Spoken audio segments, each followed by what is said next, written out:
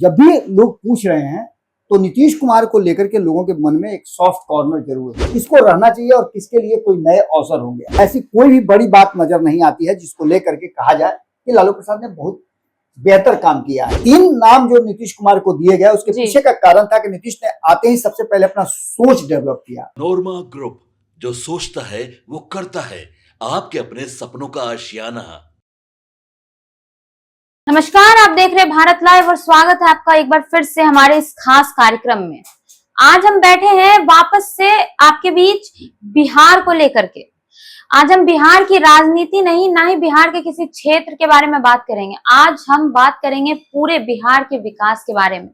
और एक बार फिर से हमारे साथ बाबा मौजूद हैं इस पूरे मामले पर अपनी बात राय रखने के लिए। तो बाबा, क्या कहना है आपका? जनता कह रही है कि नीतीश और मोदी की जोड़ी बिहार की तस्वीर को बदल दिया, लेकिन इसी बात पर विपक्ष लगातार हमलावर हो रही है। इस पर आपका क्या कहना है? देखिए, विपक्ष क्या कह रहा है इस बात से बहुत ज्यादा असर नहीं है, लेकिन जनता क्या कह रही है जी, ये ज्यादा महत्वपूर्ण है। लगातार जिस तरह से हम अलग अलग हमारी टीमें काम कर रही हैं और उन टीमों का जो फीडबैक आ रहा है, मैं वही देख रहा था अभी। हमारी टीमों का जो फीडबैक आ रहा है उस फीडबैक के हिसाब से एक बात तो साफ नजर आ रहा है कि बिहार की जनता एक बार और, कारण चाहे जो भी हो जी, लेकिन ये कहने के लिए तैयार नहीं है कि सत्ता परिवर्तन हो। भले ही सर्वे रिपोर्ट कुछ और कहानी कह रहे हैं जी, भले आपने देखा होगा कि अभी अभी राहुल गांधी 15-17 दिनों का एक यात्रा करके गए हैं। जी, जी, उसके क्या इम्पैक्ट हुए हैं वो भी सबको पता है। बिल्कुल। लेकिन जब भी लोग पूछ रहे हैं तो नीतीश कुमार को लेकर के लोगों के मन में एक सॉफ्ट कॉर्नर जरूर है। बिल्कुल, लोग बार बार ये कह रहे हैं कि नीतीश कुमार जी ने जो किया है और जो कर रहे हैं उससे हम संतुष्ट हैं। हालांकि संतुष्ट कितने हैं और असंतुष्ट कितने हैं इसका एक अलग डाटा हो सकता है, इस पर एक अलग बहस हो सकती है। लेकिन हम लोगों ने जितने लोगों से पूछा है वो अगर अपने मन से बात कह रहे हैं बिना बायस हुए एक आम नागरिक की हैसियत से, तो उनका मानना यह है कि नीतीश कुमार के कामकाज से वो संतुष्ट जरूर है। खैर, इन सारी बातों के साथ साथ जो नीतीश कुमार जी ने पिछले दिनों काम किया है वो भी एक सराहनीय कदम है जिसकी सराहना सभी कर रहे हैं। कई सेक्टर्स में फायदे मिले हैं।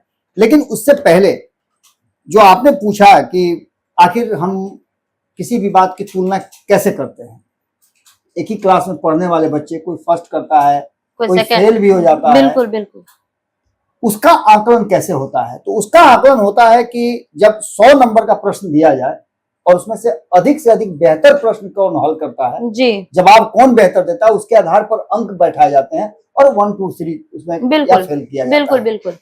बिल्कुल उसी अंदाज में पिछली सरकारों के कार्यकाल को देख करके, उनके कामकाज के शैली को देख करके वर्तमान सरकार के कामकाज से तुलना की जाती है। और दोनों को जब पैरेलली आप रखेंगे तो आपको अंदाजा हो जाएगा कि किसने बेहतर किया है, किसको रहना चाहिए और किसके लिए कोई नए अवसर होंगे। हालांकि एक और इसमें स्थिति पैदा हो रही है कि क्या बदलाव को लेकर के जो लोग बात कर रहे हैं, जैसे आप प्रशांत किशोर की बात कर लीजिए, वो कह रहे हैं कि बदलाव होना चाहिए। कुछ लोग ये कह रहे हैं कि भाई हमको ये नहीं मिला इस सरकार में, वो हो सकते हैं। तो वो एक छोटा छोटा सेक्टर्स हो सकता है, चंक हो सकता है, जिसको लेकर के लोग अपनी अपनी बात रखें। लेकिन फैक्ट यही है कि सरकार की तुलना सरकार से ही होगी। जैसे 1990 की बात आप कर लीजिए। बिल्कुल 1990 में जब लालू प्रसाद आए थे तो उनके साथ सभी थे जी, नीतीश कुमार भी थे और भारतीय जनता पार्टी भी उनके साथ थी जी। तब लोगों को इस बात का दुख था, दर्द था, परेशानी थी कि कांग्रेस जो है जी वो इतने दिनों में बेहतर काम नहीं कर सकती। बिल्कुल, इसलिए कांग्रेस को बदलने हटाने की जरूरत है और एक नई व्यवस्था आए जो परिवर्तन करे और बिहार में बदलाव लाए। जी जी, कई सेक्टर से, हर सेक्टर में जितना चाहिए था आशातीत सब काम नहीं हो पाए थे, सफल नहीं हो पाई थी सरकार। और इसके साथ साथ और कई ऐसी बातें थी जिसको लेकर के कहा जा रहा था कि सरकार निरंकुश होती जा रही थी। और लोकतंत्र का सबसे जो बड़ा वर्ड है वो ये है कि लोकतंत्र उस रोटी की तरह है जिसको पलटा नहीं जाए तो जल जाएगा। अगर सत्ता में विपक्ष की भूमिका कमजोर हो जाएगी, पत्रकारों की भूमिका अगर सत्ता का चाटन करने लगेगी, तो ऐसी स्थिति में सत्ता आवारा हो जाएगी। ये बात किसी बड़े दार्शनिक ने कही थी, किसी बड़े राजनीतिज्ञ ने कही थी। इसके बाद आप सिंपल सी बात समझ लीजिए, हमारा काम है तुलना करना जी। अगर 1990 की तुलना करें तो 1990 जिसके पहले की बात हम कर रहे थे कि नहीं काम किया, तो 1990 से लेकर के 2005 तक का भी एक आया डाटा समय, जी, जिस समय में लालू प्रसाद को सभी ने मिलकर के ये कहा कि ये बड़े स्टेक होल्डर है। जैसे आपने देखा वो कंपनियों में होता कैसे है कि कंपनी में जिसका शेयर ज्यादा रहता है वो डायरेक्टर बन जाता है, बिल्कुल, या उसका वैल्यू ज्यादा होता है। जी जी, उसी तरह से जातीय गणना के अनुसार यादवों का एक बड़ा हिस्सा जो है यादव वर्ग का, वो जनसंख्या के आधार पर अधिक है। इसको लेकर के जितने भी नेता थे उन्होंने कहा कि लालू प्रसाद को कहीं ना कहीं बना देना चाहिए हम लोगों को मुख्यमंत्री, और सभी ने उसका सहयोग भी किया था, इवन की भाजपा ने भी सहयोग किया था। और 1990 में लालू प्रसाद आ गए। 90 से लेकर के 2005 तक उन्होंने अपने शासन किया, उनकी पत्नी ने शासन किया, हालांकि शैडो में वही कर रहे थे। इस काल को लेकर के कई तरह की बातें की जाती है। कहा जाता है कि इस काल में जो विकास होना चाहिए था, जो बातें कांग्रेस ने छोड़ी थी या जिस कारण से कांग्रेस को यहां से लाया गया था, उसमें एक ही परिवर्तन हुआ और लालू प्रसाद ने वहां से सामाजिक न्याय की बात की, समाज को एकजुट करने की बात की, और जो लोग दबे कुचले थे उनको ला करके मुख्य धारा में खड़ा किया उन्होंने। इसके बाद से लालू प्रसाद की उपलब्धि में ऐसी कोई भी बड़ी बात नजर नहीं आती है जिसको लेकर के कहा जाए कि लालू प्रसाद ने बहुत बेहतर काम किया है। कई सेक्टर्स है जिसकी चर्चा अब आगे जब आप प्रश्न पूछेंगे तो उसके आ जाएंगे। बाबा, हम बिहार के विकास की बात कर रहे हैं तो सबसे इम्पोर्टेंट तो कानून व्यवस्था और स्वास्थ्य व्यवस्था। ठीक है, सबसे पहले आपने कानून व्यवस्था की बात की कि जहां अनुशासन हो, कानून हो, वो समाज, वो क्षेत्र, वो देश, वो राज्य विकास की तरफ आगे बढ़ता है, क्योंकि उसके पास एक बना बनाया नियम है, कानून है, जिसके तहत चीजें चलती हैं। किसी भी व्यवस्था को चलाने के लिए एक नियम जरूरी होता है। नियम को फॉलो कीजिएगा तो ऑटोमेटिक काम जो है आसान होता जाएगा और होता जाएगा। बिल्कुल। सबसे ज्यादा अगर ध्वस्त कुछ था 1990 और 2005 के बीच में 15 सालों में, तो वो थी कानून व्यवस्था। इस कानून व्यवस्था ने पूरी तरह से आम जनता को त्रस्त कर दिया था। महिलाएं घर से निकलने से पहले सोचती थी, और महिलाओं की कौन कहे, पुरुष भी अगर शाम में थोड़ा सा लेट हो जाता था तो उनके घर के लोग बड़ी परेशान हो जाते थे कि वो घर वापस आएंगे कि नहीं आएंगे। और ऐसा माहौल, इसी माहौल को लेकर के नीतीश कुमार बार बार ये कह करके और फिर से सत्ता में आते हैं कि हमारे आने से पहले इस बिहार में क्या था। हर मंच से आप सुनते होंगे कि नीतीश कुमार यही बात कहते हैं कि बताइए ना जी, हमारे पहले क्या था, जी बिल्कुल, लोग क्या करता था जी।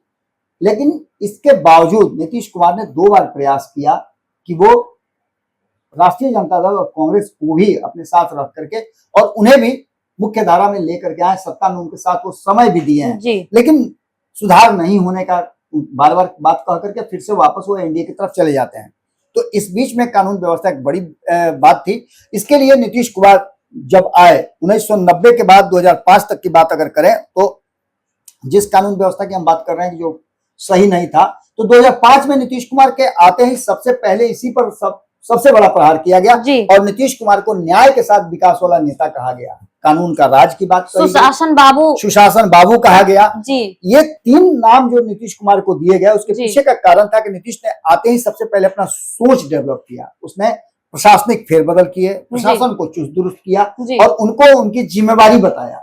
उन्होंने साफ कहा कि यदि आप अपने जो नियम कानून है, जो आपको काम दिया गया वो नहीं करते हैं, तो इसका मतलब है कि आप अपने काम में अक्षम है, आपको क्यों ना बर्खास्त कर दिया जाए, क्यों ना आपको नौकरी से हटा दिया जाए। और इसका डर लोगों को होने लगा जी। इसके अलावा उन्होंने एक और बड़ी बात की कि जो अपराध थे कानून में के तहत जिन लोगों को सजा नहीं मिल पा रही थी, लंबित था कानून व्यवस्था, उसके लिए उन्होंने फास्ट ट्रैक कोर्ट का व्यवस्था किया। बिल्कुल। ऐसे कई लोग थे जो निर्दोष भी थे, जो जेल में थे विभिन्न कारणों से, उनके लिए फास्ट ट्रैक कोर्ट का निर्माण करके उन्होंने और फास्ट ट्रैक कोर्ट करके जल्दी निपटारा किया। अपराध के खिलाफ जिस तरह से उन्होंने डंडा चलाया जी, पुलिसिया डंडा जी, पुलिस पूरी तरह से एक्शन में आ गई और पुलिस को उन्होंने पूरी छूट दी कि जो भी भ्रष्टाचार कर रहा हो, क्राइम कर रहा हो, करप्शन कर रहा हो, कम्युनिज्म कर रहा हो, उनको आप दंड दीजिए, पकड़िए और उनको कोर्ट से सजा दिलवाइए। बिल्कुल। और इसमें पुलिस लग गई। तो ये कानून व्यवस्था जो था, ये सबसे अहम मुद्दा था। एक सुरक्षित महसूस करने वाला व्यक्ति हर तरह के काम कर सकता है जी। आप सुरक्षित महसूस करती हैं इसलिए आप अकेले पटना में रहती हैं। बिल्कुल। आप सुरक्षित महसूस करती हैं इसलिए आपको पता है कि आप कहीं भी जॉब में जाइएगा तो आपको कोई परेशानी नहीं होगी, क्योंकि यहाँ कानून का राज है। और ये नीतीश कुमार ने डेवलप किया है, इसलिए उनको आपने देखा होगा कि एक हिडन वोट उनका मिलता है, वो है महिलाओं का वोट। महिलाएं काफी खुश रहे और नीतीश कुमार के कामकाज से वो किसी भी तरह का कोई सफोकेशन महसूस नहीं कर रही हैं। तो ये सबसे पहली बात जो आपने पूछा, आपके प्रश्न का जवाब यही है कि 2005 से पहले और 2005 के बाद वाले शासनकाल में सबसे बड़ा फैक्टर जो था वो कानून व्यवस्था था, और वो कानून व्यवस्था काम करना शुरू कर दिया। बाबा, स्वास्थ्य व्यवस्था पर आपका क्या कहना है? 2005 से पहले क्या बदहाल स्थिति थी जैसा लोग कहते हैं? जनता यही कहती है बाबा। देखिए, हमारे यहाँ कहा जाता है कि सबसे बड़ा धन जो होता है वो निरोगी काया होता है जी। आप अगर स्वस्थ हैं तो आपके लिए सबसे बड़ा कोई धन नहीं हो सकता। आप स्वस्थ हैं तभी धन कमा भी सकते हैं। तो स्वास्थ्य व्यवस्था की बात करें तो स्वास्थ्य व्यवस्था में बहुत सारी खामियां थी, बहुत सारे लूप फॉल्स थे। नीतीश कुमार ने आंकड़ों के हिसाब से, हमने जाकर के लोग देख सकते हैं कि हमने स्वास्थ्य व्यवस्था को लेकर के वीडियो किया, हमारे संपादक किया, नमन जी ने उस पर पूरा एक डीप जानकारी दी है, आप पीछे देख सकते हैं। तो उसमें हम समय बर्बाद नहीं करते हैं, लेकिन सिर्फ इतना ही कहते हैं कि 2005 से पहले जो स्वास्थ्य व्यवस्था थी और आज की स्वास्थ्य व्यवस्था, इस स्वास्थ्य व्यवस्था में नीतीश कुमार ने अस्पतालों का निर्माण किया है, उनकी स्थिति में सुधार किया। हालांकि कभी कभी आप देख लीजिए कि बीच में तेजस्वी यादव भी स्वास्थ्य मंत्री बने थे, इसके बाद तेज प्रताप यादव भी स्वास्थ्य मंत्री बने थे, ये लोग भी बने थे, लेकिन लंबे समय तक नहीं रह पाए। और इनके शासनकाल में कोशिश इन्होंने भी किया कि काम करें, क्योंकि नीतीश कुमार के साथ आप रहिएगा तो आपको काम करना पड़ेगा। नीतीश कुमार खुद ही काम करते हैं, कहता है लेकिन अस्वस्थ है, लेकिन उसके बावजूद भी जितना सवेरे उठ करके वो ट्वीट कर देते हैं, जितना सवेरे उठ करके वो निरीक्षण में निकल जाते हैं, सर्वेक्षण में निकल जाते हैं, और स्पॉट पर जाकर के कहते हैं कि भाई ये काम कितना दिन में खत्म करोगे, तुम्हारा डेडलाइन क्या है। तो इतने एक्टिव नीतीश कुमार के अगर साथ आप काम कीजिएगा तो आपको काम करना पड़ेगा। अस्पतालों की व्यवस्था सुधरी, सबसे बड़ी बात है कि पीएचसी की संख्या बढ़ी, संचालन में व्यवस्था हुई, डॉक्टरों की बहाली, नर्सों की बहाली हुई। ये आंकड़े सारे आप लोगों ने दिए हैं, मैंने देखा भी है जी। लेकिन इन सब बातों के साथ साथ सबसे बड़ी बात जो हुई, आयुष्मान कार्ड जो केंद्र की सरकार ने लाया, ये एक महती योजना थी, जिसमें 5 लाख रुपया तक हर उस गरीब को मुफ्त में इलाज की सुविधा। अब आप इस बात से वंचित, क्योंकि ये एक सेक्टर था कानून की व्यवस्था के बाद, दूसरा स्वास्थ्य की व्यवस्था थी जो कहीं ना कहीं लोगों को परेशान करती थी। अगर एक घर में बीमार हो तो पूरा घर उसके चलते अस्त व्यस्त हो जाता था, खेत बधार सब बिक जाते थे, साहूकार का कर्ज चढ़ जाता था। लेकिन इससे इलाज भी नहीं करवा पाते थे। इससे कहीं ना कहीं केंद्र की सरकार ने और राज्य की सरकार ने मिल करके स्वास्थ्य व्यवस्था के लिए आयुष्मान कार्ड का व्यवस्था किया है। ये एक बड़ी योजना थी, और इससे बड़ी बात और क्या कह सकते हैं आपकी, आपको इलाज जब मुफ्त में मिले तो इससे बड़ी बात क्या हो सकती है। कई देशों में इस तरह की बिल्कुल बाबा, आगे बढ़ते हैं बाबा। आपने कानून व्यवस्था पर भी बता दिया और स्वास्थ्य व्यवस्था पर भी। रोजगार जो कि बहुत ही अहम मुद्दा है युवाओं के लिए। देखिए, रोजगार की बात करने से पहले हम शिक्षा कैसे होकर के आते हैं। शिक्षक, अगर शिक्षित समाज होगा तो रोजगार के लिए उसके पास अवसर भी मिलेंगे। शिक्षा के क्षेत्र में एक अमूलचूल परिवर्तन हुआ है। आपको पता होगा कि शिक्षा के क्षेत्र में अब शिक्षा को व्यवसाय से जोड़ा गया है। बिल्कुल, व्यवसायिक शिक्षा मिलने लगी है। आप जो आज मेरे बगल में बैठी हैं जी, आप सामान्य शिक्षा पढ़ करके आती तो हिस्ट्री ऑनर्स करती, ज्योग्राफी ऑनर्स करती, मैथ ऑनर्स करती, लेकिन आपने पत्रकारिता चुना जी। ये एक अलग स्किल जॉब है। आप पत्रकारिता सीख जाइएगा तो आपको ये पता है कि हमको जॉब मिलना ही मिलना है, क्योंकि ये बहुत बड़ा सेक्टर है पत्रकारिता वाला। आपने उस स्किल को समझा, तो आज की शिक्षा जो है वो स्किल युक्त शिक्षा है। कई तरह की व्यवस्था है, और इस शिक्षा व्यवस्था में अमूलचूल परिवर्तन, जैसे कि हमने बताया भी, चाहे वो आपको मेडिकल की शिक्षा लेनी हो, इंजीनियरिंग की शिक्षा लेनी हो, या फिर व्यवसायिक शिक्षा लेनी हो, या अन्य किसी सेक्टर में आपको शिक्षा लेनी हो, वकील बनना हो, जो भी बनना हो आपको, उसके लिए बिहार में व्यवस्था, कई यूनिवर्सिटीज आई। उसके बाद शिक्षा व्यवस्था में जो व्यवस्था थी, जो एक गैप भरा हुआ था, अनुपात शिक्षक और टीचर का अनुपात था, उसको भरने का काम किया गया।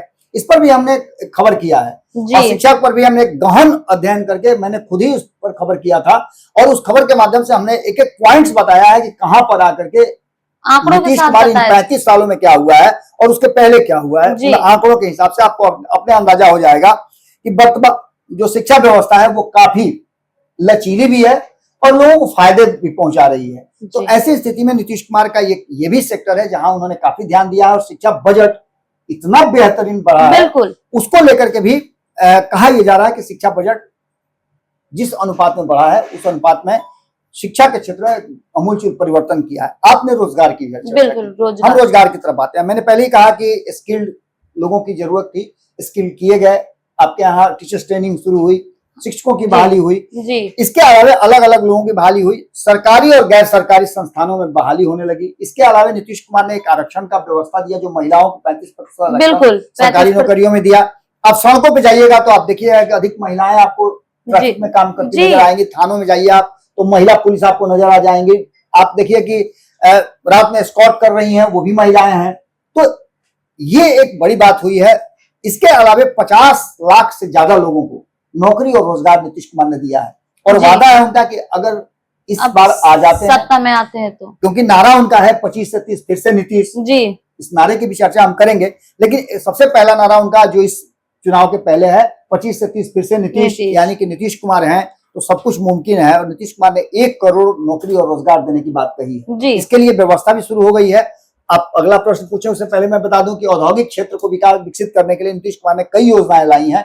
इस पर भी हमने एक खबर किया है जिसको आप जाके देख सकते हैं कि औद्योगिक क्षेत्र को विकास करने के लिए जिस तरह से नीतीश मिश्रा और नीतीश कुमार इन दोनों ने मिलकर के रणनीति और योजना बनाई है, ये काफी सराहनीय है। और दुनिया भर से लोग अब आ रहे हैं सिंगल विंडो सिस्टम में मुफ्त में जमीन लेकर के और यहाँ रोजगार करने के लिए। 100 करोड़ से अधिक का आप अगर इन्वेस्टमेंट करना चाहते हैं तो आपको सरकार मुफ्त जमीन दे रही है। ये भी एक बड़ी योजना है और इससे रोजगार सृजन भी होगा। तो 1 करोड़ लोगों का जो लक्ष्य है उसको भी पूरा किया जा सकता है। बाबा आपने सभी सेक्टर्स के बारे में बता दिया, कानून व्यवस्था हो गया, रोजगार हो गया, शिक्षा हो गया, लेकिन नीतीश की जो रणनीति है और महागठबंधन की रणनीति, तो महागठबंधन की रणनीति में क्या कमी रह जा रही है जो ये नीतीश 3 बार से लगातार सीएम बन जा रहे हैं और जनता उन्हें इतना पसंद भी कर रही है? देखिए 2 तरह की बातें होती हैं जी। एक स्टूडेंट जो साल भर पढ़ाई करता है जी, वो कॉन्फिडेंट रहता है कि जब परीक्षा में प्रश्न पूछे जाएंगे उसका जवाब मेरे पास है, तो उसको आप देखिएगा वो ज्यादा परेशान नहीं रहता है। लेकिन वो स्टूडेंट जो साल भर फांकीबाजी किया और परीक्षा के अंतिम दिन पढ़ाई शुरू किया, कुंजिका लेकर के पढ़ना शुरू कर दिया, तो वो थोड़ा डिस्टर्ब रहता है कि परीक्षा में क्या आएगा, क्या लिख पाएंगे, पास होंगे कि नहीं होंगे। 2 तरह की बातें हैं। एक जो सत्ता में आना चाहते हैं उनके पास विजन नहीं है, अगर विजन है भी तो एडॉप्टेड विजन है जी। अपना कोई उनके पास विजन नहीं है। नीतीश कुमार ने पूरी जो चार्ट है श्वेत पत्र एक तरह से समझिए कि जारी कर दिया है जी। उनके पास सारा मास्टर प्लान रखा हुआ है। यही कारण है कि लगातार 20-21 योजनाओं को धड़ बिल्कुल अभी जी, और जी, सब जी। काम करने लगे हैं। इन सारी बातों को लेकर के जिस तरह से नीतीश कुमार, और अगर आप तुलना करना चाहती हैं तो हम अब 2005 से पहले और 2005 के बाद वाली तुलना छोड़ करके अगर हम दोनों गठबंधन की चर्चा कर दें या बाकी के लोग जो चुनाव लड़ रहे हैं और ये कर रहे हैं कि हम सरकार बनाएंगे, तो उनमें और नीतीश कुमार में अंतर इतना ही है कि नीतीश कुमार एक ऐसे व्यक्ति हैं, एक ऐसे नेता हैं, एक ऐसे कहा जाए तो बिहार के शिल्पकार हैं जिनकी चर्चा सभी करते हैं। तेजस्वी यादव के साथ रहे या न रहे, तेजस्वी यादव इतना जरूर कहते हैं कि नीतीश कुमार भ्रष्टाचार नहीं करते हैं, उनमें कोई दाग नहीं है, बेदाग छवि के हैं। प्रशांत किशोर कहते हैं कि बेदाग छवि के हैं। और भाजपा भी नीतीश कुमार से अलग रहती है तो ये नहीं कहती है कि नीतीश कुमार किसी तरह से गलत है। नीतीश कुमार बेदाग छवि के नेता है, यानी नीतीश कुमार इसमें कॉमन है। और नीतीश कुमार ने जो किया है वो इस बात की तरफ इशारा कर रहा है कि जो बदलाव होने वाला है वो नीतीश कुमार के ही दम पे होना है। अगर कुछ होना है तो नीतीश के नाम पर ही होना है। ये बातें लगभग क्लियर हैं। नीतीश कुमार 2020 में नीतीश कुमार हैं, बिहार में बहार है 2015 से जो शुरू हुआ, उसके बाद से लगातार नीतीश कुमार पर नारे बनते गए और उन नारों को नीतीश कुमार ने लोगों तक पहुंचाया भी, उसमें काम भी किया। नीतीश सबके हैं इस बार नारा है और नीतीश ने वो बातें भी करके दिखाई हैं। हर सेक्टर के लिए काम कर रहे हैं नीतीश कुमार, यानी सीधी तौर पे नीतीश मोदी की जो जोड़ी है जी, उसमें नीतीश कुमार को आपने देखा होगा कि प्रधानमंत्री लगातार आ रहे हैं बिहार। जब हम खबर कर रहे हैं उसके एक दिन बाद नीतीश कुमार आने वाले हैं। और नीतीश कुमार और नरेंद्र मोदी की जोड़ी ने जो काम किया है वो सबको नजर आया है। सौगातों की बड़ी एक फहरिस्त है, लंबी लिस्ट है, देते चले जा रहे हैं जी। अब बिहार में जो इंफ्रास्ट्रक्चर बिल्ड करना था वो तो हो चुका है। अब बिहार को रोजगार के लिए रोजगार सृजन करने की जरूरत है। सड़क नहीं थी, सड़क बनाया, बिजली नहीं थी, बिजली उपलब्ध कराया, पुल नहीं था, पुल बना दिया, कनेक्टिविटी हमारे यहाँ बढ़ गई। अब आप कहीं भी बिहार में 2.5 से 3 घंटे में आ सकते हैं, जा सकते हैं राजधानी में, बिहार के किसी भी हिस्से। बिल्कुल। तो ये कनेक्टिविटी सब कोई चाहता था। बड़े बड़े जो सेक्टर्स हैं, जैसे आप पूर्णिया के क्षेत्र काफी कटा हुआ है बिहार से, राजधानी से दूर है, तो वहां के लिए हवाई जहाज की व्यवस्था हुई, एयरपोर्ट बिल्कुल। अब वहां कोई भी व्यवसायी उधर व्यवसाय करना चाहता है तो जाकर के वहां सीधे सरकार ने जहां जहां जमीन उपलब्ध कराई है वहां जाने के लिए कनेक्टिविटी बना दी है। जी अब सीधी तौर पे है कि इस बार जो है नीतीश कुमार का ये जो काल होगा जी ये औद्योगिक क्रांति का काल होगा। जहां तक मेरी समझ है कि अब उद्योग धंधे बिहार में आएंगे और पलायन जो है जिस पर सबसे ज्यादा नीतीश कुमार कमजोर पड़ रहे थे, जी उनको घेरा जा रहा था, उसे भी निजात पालेंगे ये मुझे लगता है। यानी केंद्र और राज्य की सरकार मिलकर के बिहार में बदलाव की जो तस्वीर लिखा है जी उसमें सीधी तौर पर राहुल गांधी और तेजस्वी यादव ने जितना भी कुछ कहा हो, जिस तरह का भी अटैक किया हो, जी उसका बहुत ज्यादा असर होता हुआ दिखाई नहीं दे रहा है। इसका कारण है नीतीश कुमार की साफगोई, नीतीश कुमार की स्वच्छता, नीतीश कुमार की ईमानदारी और नीतीश कुमार का सुशासन। इससे आप इनकार नहीं कर सकते। तो बाबा ये जो पूरा विकास वाले मुद्दे पर हमने बात की, क्या लगता है आपका इससे 2025 बिहार विधानसभा चुनाव में कुछ इफेक्ट पड़ेगा इसका? बिल्कुल इफेक्ट पड़ेगा। आप सिंपल सी बात कर लीजिए कि जब शादी ब्याह में जी लड़का लड़की पक्ष दोनों के बीच में सब बात हो जाती है, दहेज वहेज सब फाइनल हो जाता है, कोई विवाद होता है क्या उसके बाद? नहीं, स्मूथली शादी हो जाती है। बिल्कुल वही स्थिति है। आप देख लीजिए कि जनता और नीतीश कुमार के बीच में जो गठबंधन है जी वो तो हो ही गया है ना। वहां तक जनता को जो चाहिए था वो सबको दे रहे हैं। 10,000 रुपया महिलाओं को दे दिए, बिल्कुल बुढ़ा बिल्कुल बुजुर्ग को, जरूरतमंदों को जो चाहिए था पैसा 400 से 1100 भाग कर दिए। बिल्कुल रोजगार की बात घोषणा करिए दिए, बाकी सेक्टर में करिए रहे हैं, अस्पताल बनाइए रहे हैं, सड़क बनाइए दिए, रोजगार ला ही रहे हैं, तो अब बचा क्या? यानी कि सीधी तौर पे आप समझ लीजिए कि ये गठबंधन हो गया है। अब इसमें अगर अगुआ ठीक ठाक रहेगा तो समस्या नहीं होगी, शादी बहुत स्मूथली हो जाएगी।